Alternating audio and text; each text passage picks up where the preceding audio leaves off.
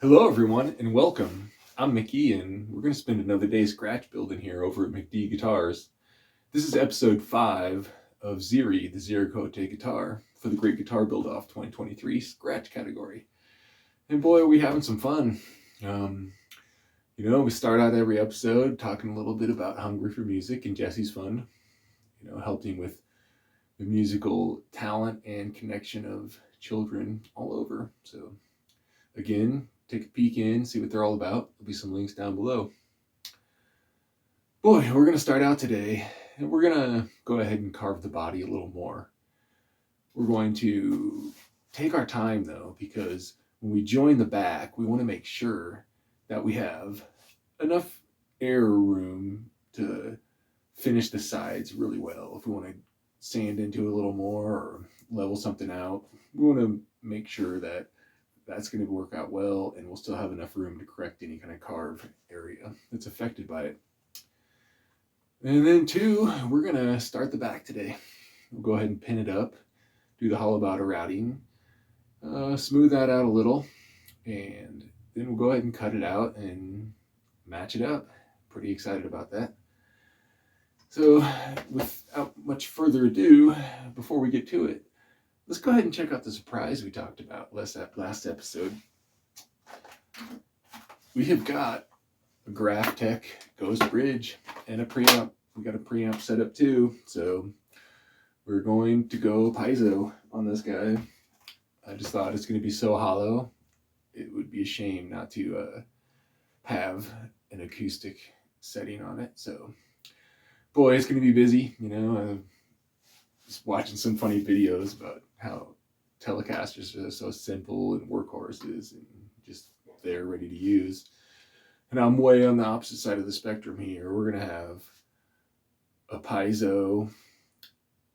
We'll have a on-off mix from magnetic to piezo. We're also going to have 2 single coil tap toggles as well. So it's going to be pretty busy on there, but more than being a live setting, something you're going to be doing on the go, we're going to have some extras on there that are going to really give it some depth of sound that, in between songs, this and that, you'll easily be able to change your settings, and I'm going to dig it, so we'll see how all that works out. But I guess if we want to start playing around with electronics, we got to go get a body going, and we still haven't seen that neck for a while too, right? So let's go get to work and see what we can get done today. All right. As I start to carve the horns on a guitar, I always seem to run into this same dilemma. I get these preliminary angles burnt in, and we're starting to take off a decent amount of material, and I have to make that decision. Am I going to go ahead and make it concave, or am I going to stick with these beautiful flat angles? Some of these preliminary angles just look so nice, and you're like, should I go the other way with it? You're just not sure every time.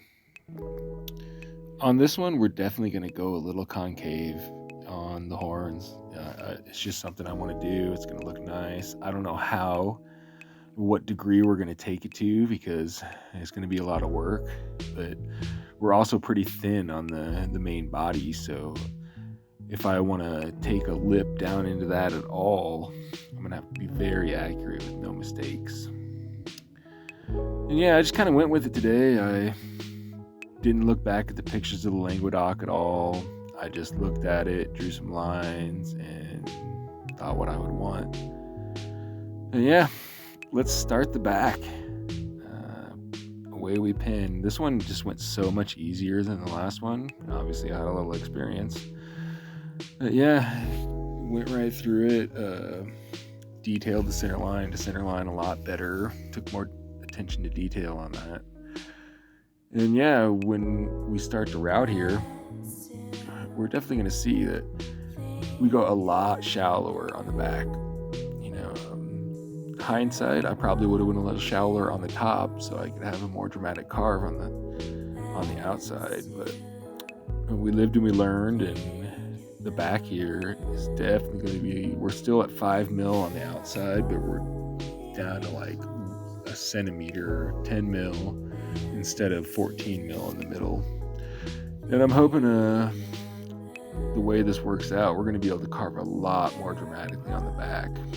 The other thing I did, which you can start to see here, is my step downs are much better placed on this one. On the top, I went real deep on all of them, and in the end, I'm not unsatisfied with it, because I really like the shape that the top took because of what I had to carve to, and I'm really digging it. But the back, we may have a little scalp, a little more at the center point, right behind the horns, and give it some good relief carves and have a little less to worry about. So it's going to be interesting to see how that works out.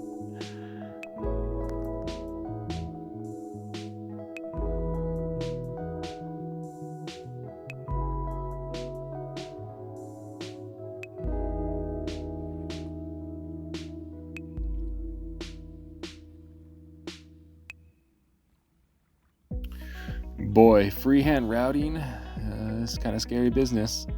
This router I have it's got some kick if it wants to, and got to be really careful when you're doing this kind of business. But as I looked over this carve, I just kind of thought, man, what's the easiest way to do this? And this is what I came to. So I'll go ahead and spare you all the sanding on the inside, though.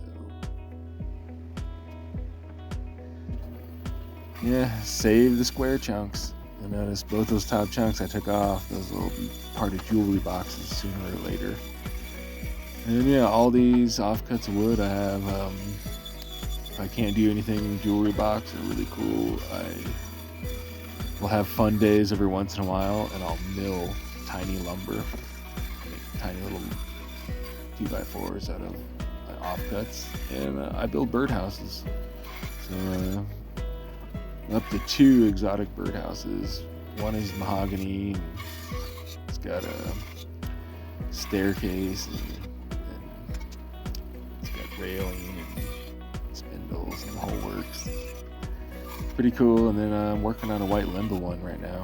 It's octagon in shape. So all these little offcuts get to become a birdhouse someday.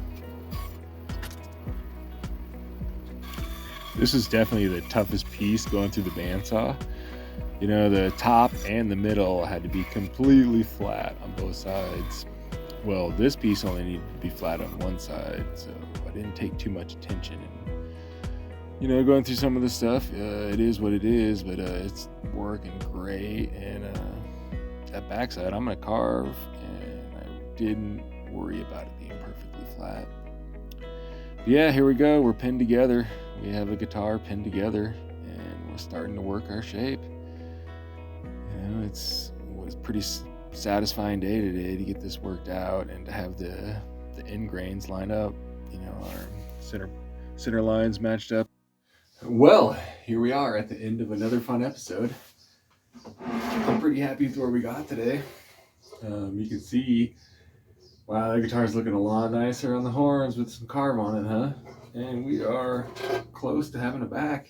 Yeah, we still definitely got to do a little bit of leveling. I think our walnut has a little more leveling to do than our Zero Cote. But yeah, we're doing good. Take this guy apart. See, we did some pretty good stuff today.